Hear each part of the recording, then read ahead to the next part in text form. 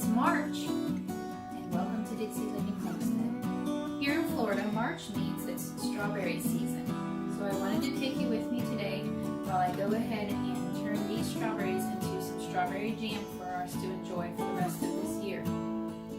As you know, strawberries do not last. They're a very fragile fruit, so pretty much the day you pick them, you need to go ahead and get busy processing them, whether you're going to freeze them and put them into some bags, or if you're going to turn them into jam or pie filling. Today, that is what I'm going to do, is to turn them into some jam. I'm not going to do freezer jam. I'm going to go ahead and water bath candies, and I'm going to show you how I do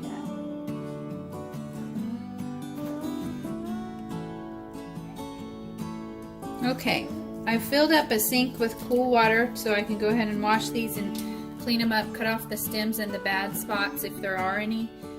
It's might sound a little bit gross, but it's kind of helpful to think of working with strawberries as a lot like working with a giant compost pile. If you've got a big container of strawberries and you get one that starts to rot in there and break down, it's going to spread very quickly, and it does heat up in that container or bowl, and you will feel them get hot. I remember having that happen to us one year. I had them in a great big laundry basket, and I was really disappointed to lose so many of the berries. But I'm just going to take these and rinse them off and cut out the stems from them, and then I'll probably just cut them in half as long as I can get all the leaves off them. And you could use a strawberry core. I don't have one of those. I haven't ever used one.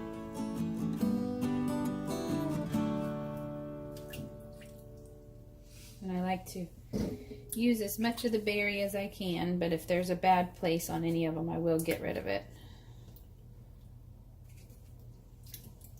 And this is pretty much what I'm going to do for this whole container that I have here. Wow. That was weird. It is. It's like a double berry, isn't it? So I may have to cut that more than once.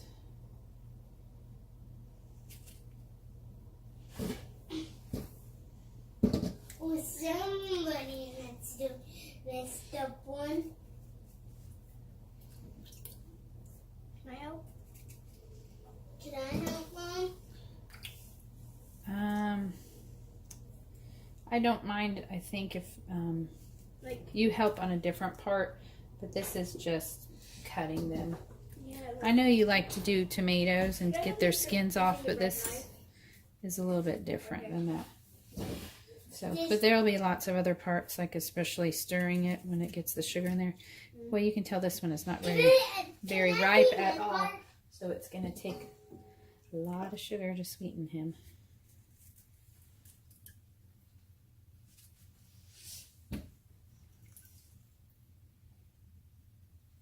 So I'm going to go ahead and do this, and I'll come back to you when I've got all the berries processed and ready to be mashed in the next step.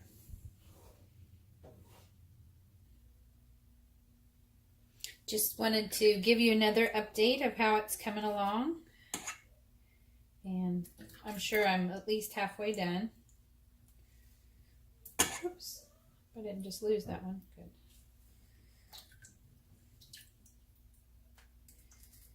Just cutting the tops off and seeing if there are any soft spots, rotten spots.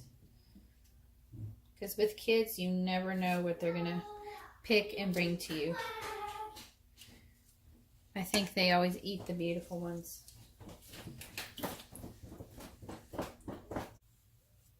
Now that we've got the berries washed, we're going to go ahead and remove 6 cups of the berries.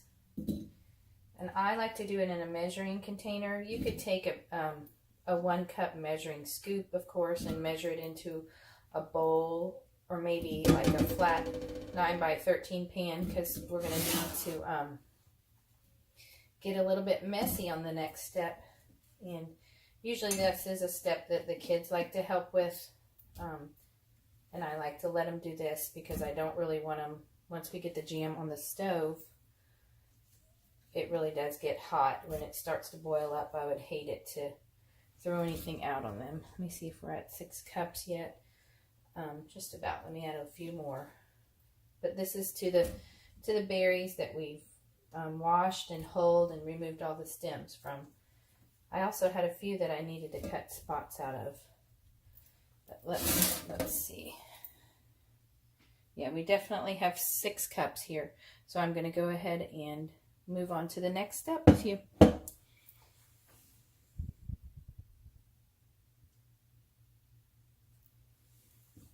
All right, we're going to take those 6 cups of berries. We're going to try to mash and pulverize them down to about 4 cups. Sometimes my potato masher works best, and sometimes this other tool that I have, I love. It does great for breaking up ground beef, but yeah, let me just get some of these started like this. I know it was something that was once sold by Pampered Chef. They may still do it. I've since been able to find it in a kitchen store. It's one of my few tools that I'll use in the kitchen that's not either stainless steel or wooden.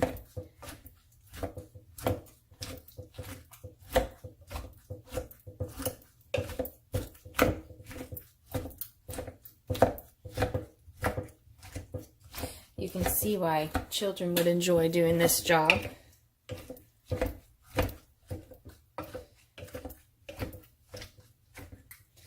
If mine were awake, they would probably be in here doing it. But I got up early this morning to try to get this finished so we can get on to our other activities this afternoon. We're going to try to go to a local RV show and look at some campers.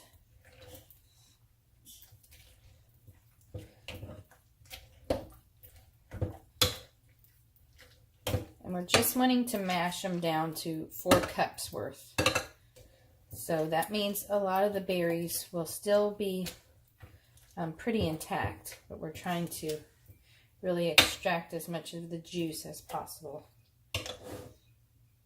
from them.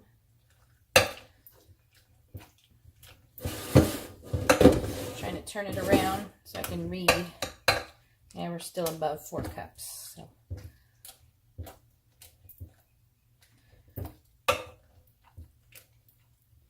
And I'm calling this the foolproof strawberry jam because if you've never canned jam before, this does use pectin, so you will be sure to not have a runny product. And pectin is just a natural substance that's present in many fruits. You could grate up like a green apple and put it in here. That contains natural fruit pectin. But this is just going to be the store-bought pectin that's produced by Ball or some of the other canning manufacturers like Mrs. Wage's products. We are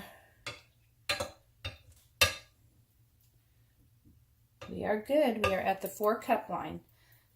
So let me get back with you once we're over on the stove.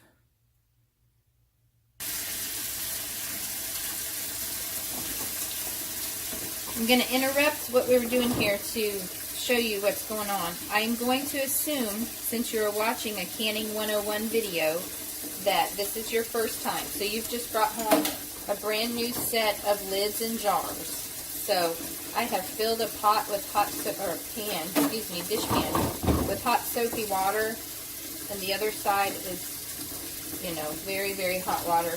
And we're going to go ahead and wash these out because there have been people that have found shards of glass and all different kinds of things inside their brand new jars. So this is just our washing process. We will also sterilize them in hot water just to make sure that there's nothing at all living on the jars that we might introduce to our family and harm them.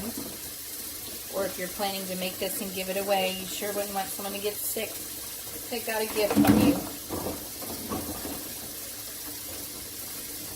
I'm just going inside each jar and making sure I go all the way around and make sure there's no debris of any kind. A simple rinse would not be safe. I've also noticed, and it's not with these that are from Ball, but from other brands, there seems to be like an oily substance on there. And like I said, that's not on here. We're going to wash up 7 of our pint jars and lids. So if you bought it and it was in a big 12 pack, yeah, you're only going to need 7 of them.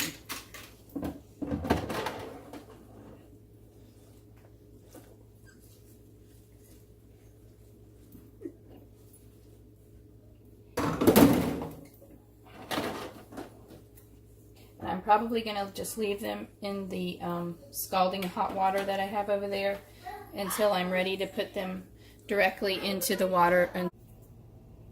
All right, so we're ready to continue with our strawberry jam, the no fool way to make it. So I want you to pay attention, because here we go.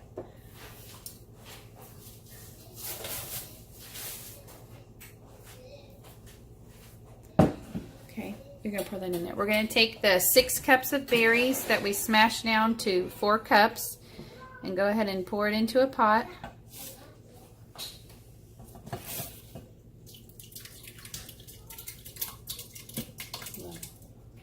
There you go.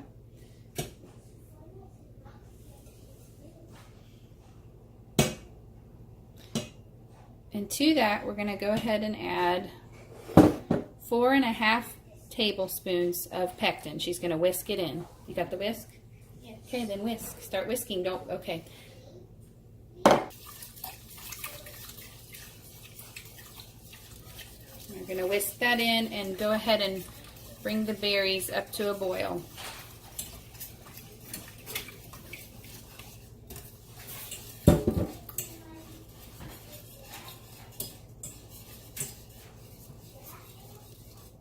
Red. They are really red, aren't they? We'll just take a peek of them. It's looking good.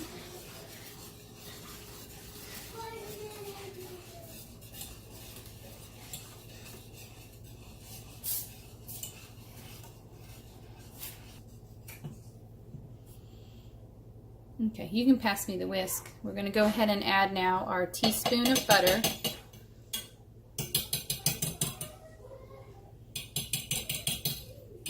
You can use your finger or the end of that teaspoon measurer.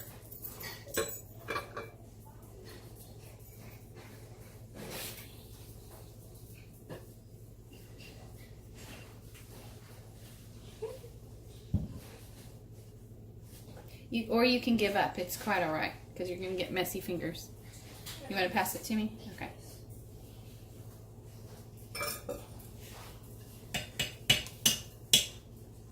You might have to, yeah. Is it coming out? Okay. Yes.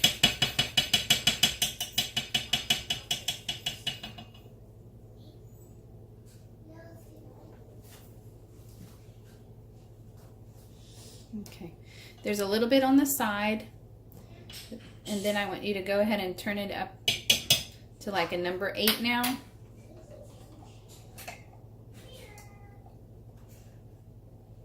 That's good. And then from this point on, we are going to stir it constantly until it boils.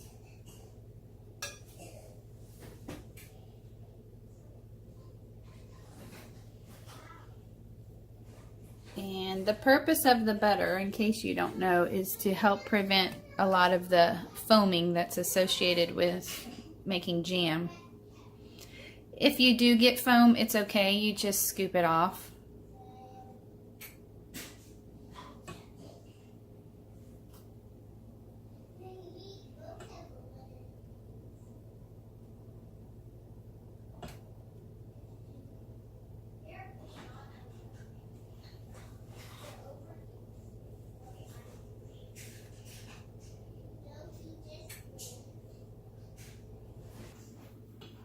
How's it coming?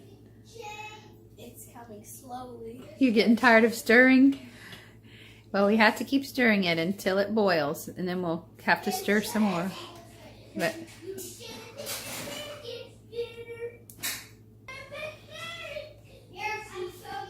okay, we have our berries with pectin boiling now, so she's going to go ahead and add the sugar and stir it in. And it's important that you add the sugar all at one time. So all at once, she's going to dump in the 4 cups of sugar, and then, of course, stir it again and bring it back to boiling. It may not ever stop boiling on this one. Man, now it's harder to stir. It is, but we got to keep stirring that so it'll dissolve. And once it's boiling again, when the sugar is in there, we're going to allow it to boil for 3 minutes. So if it's boiling, go ahead and set the timer again. You don't have to beat that off. Leave it down in there. Leave it down in there because you're going to come back to stir. But you know what? It's not boiling again. See? So keep stirring to dissolve it. Do you feel the sugar in there? That's what we've got to do. So yeah, we won't turn on the timer to boil it until it's actually boiling.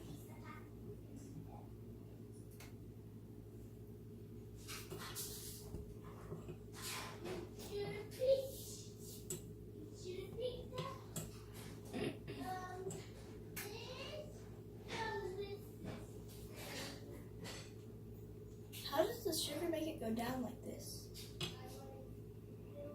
You mean when it added volume to it? It's an actual ingredient. It's not just nothing, even though you don't see it.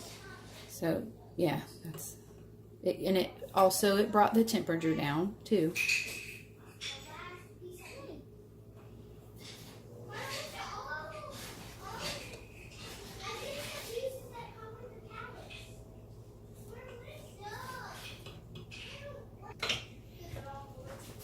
Okay, we do have it boiling now, and we're going to set the timer and allow this to boil for 3 minutes. Keep stirring it the whole time. All right, our berries and sugar have been boiling for 3 minutes. So I'm going to go ahead and turn off the stovetop, and then you just let them set for 5 minutes, or let it sit for 5 minutes. If you want, you can use that time to scoop off the foam if any has formed, but leave it alone for 5 minutes.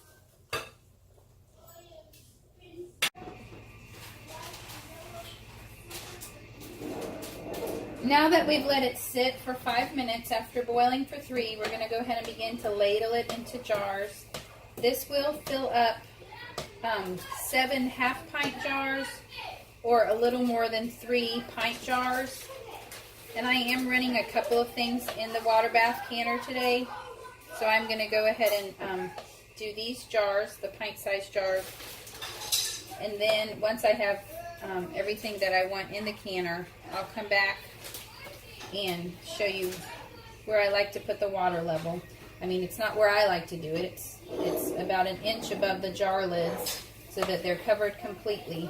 And that's what's required to water bath process these.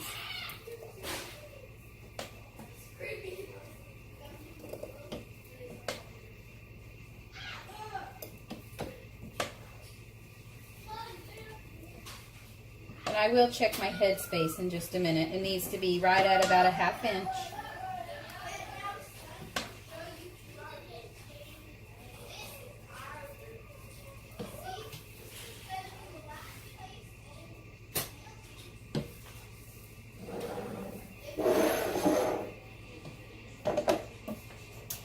Handling them carefully because I just got them out of the dishwasher, which is another easy and quick way to sterilize them if you don't want to put them in the boiling water bath while you're waiting.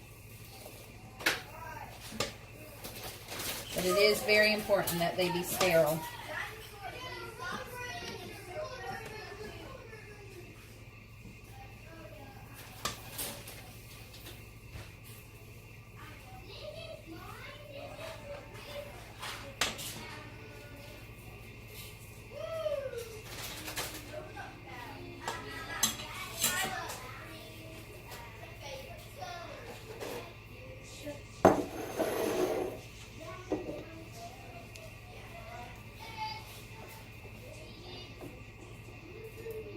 A little bit full. Good. Good.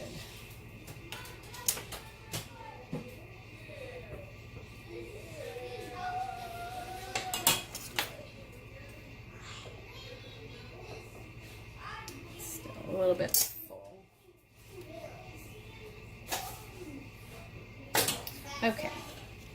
I've moistened this with vinegar, and I'm going to go ahead and clean off the tops to make sure that there's nothing there.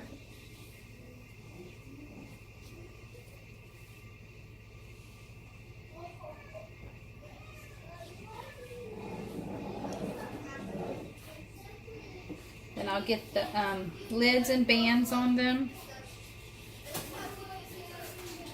Get them into the canner, and then I'll do the rest of the things that I'm going to put in the canner for today, and I'll bring you back.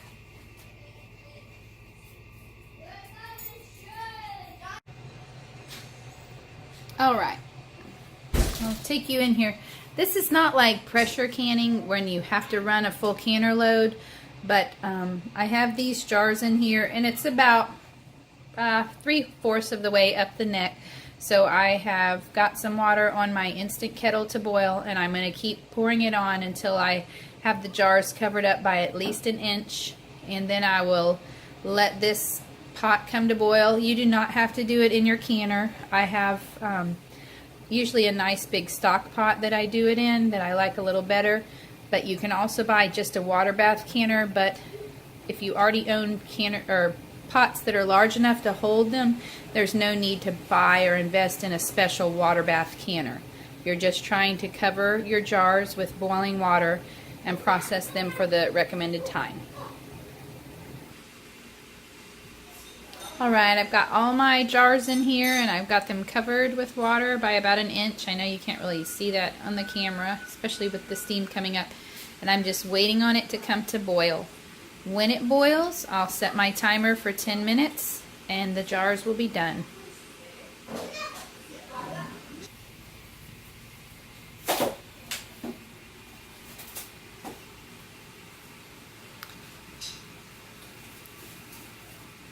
You can see now we're starting to boil. It doesn't have to be a hard boil, but they are boiling, and I'm going to go ahead and wait probably one more minute till it is a little bit harder of a boil. Oh!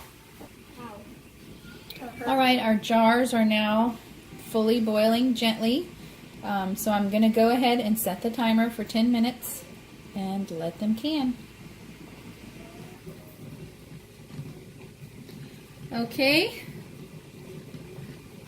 we're ready to take them out, so I'm going to turn that off real quick. And carefully I'm going to lift off the jars, put them over onto a countertop that I prepared with a towel.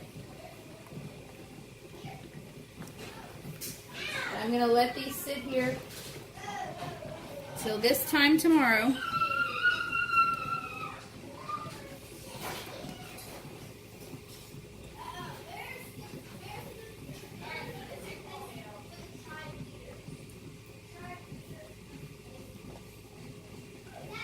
Try not to crowd them together. I think they're supposed to have like an inch of space in between them.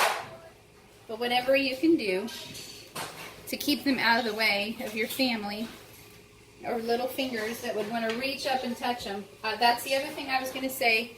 Very soon after we pull them out, we should start hearing the pops or the pings. And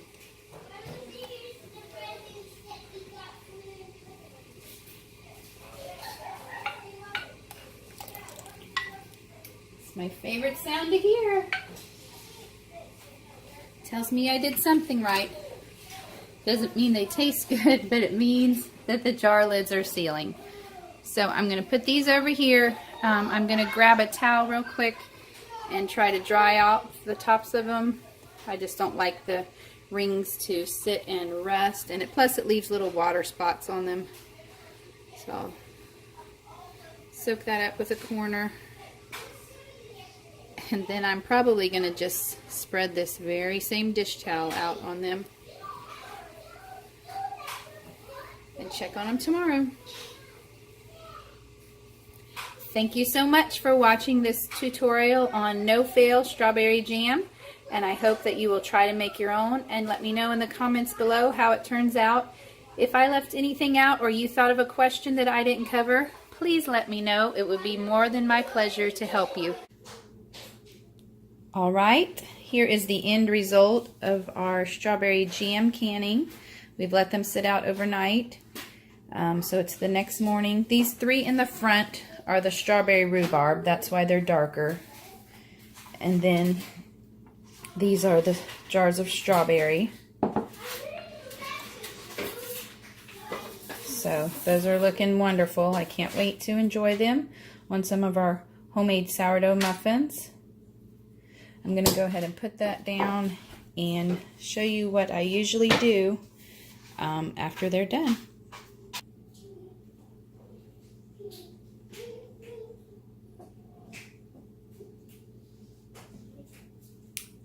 Once they're removed from the canner and they've had time to sit out and cool, you're going to want to go and remove all the bands and kind of pick it up by the lid to make sure that you have a good seal. You could also press, but you'll see if it's sunken. And if you hear that little, you know that it didn't seal. Let's see. All right, so we're good on the strawberry rhubarb. And then they do have lines.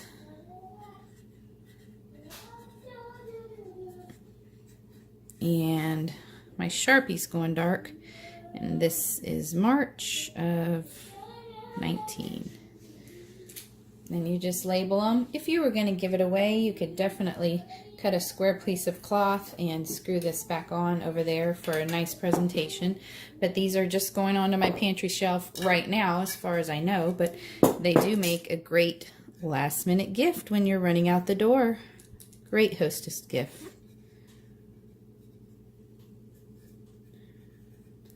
Again, 3 of 19.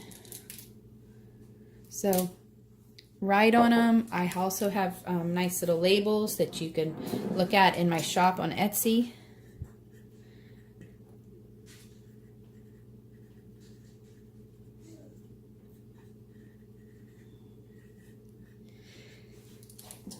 If you open these up today, they are not as set up as they will be even after another 12 hours or so. They need about 24 hours. And right now I'm only about a half of a day, you know, one overnight since I processed them.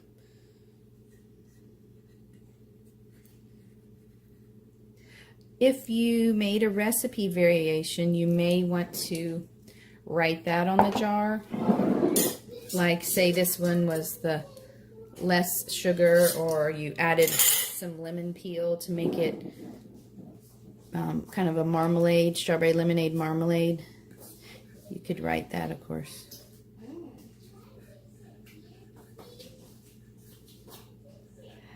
And once these are done, they're ready to go on your shelves. So I hope you enjoyed this little canning of strawberry adventure with me.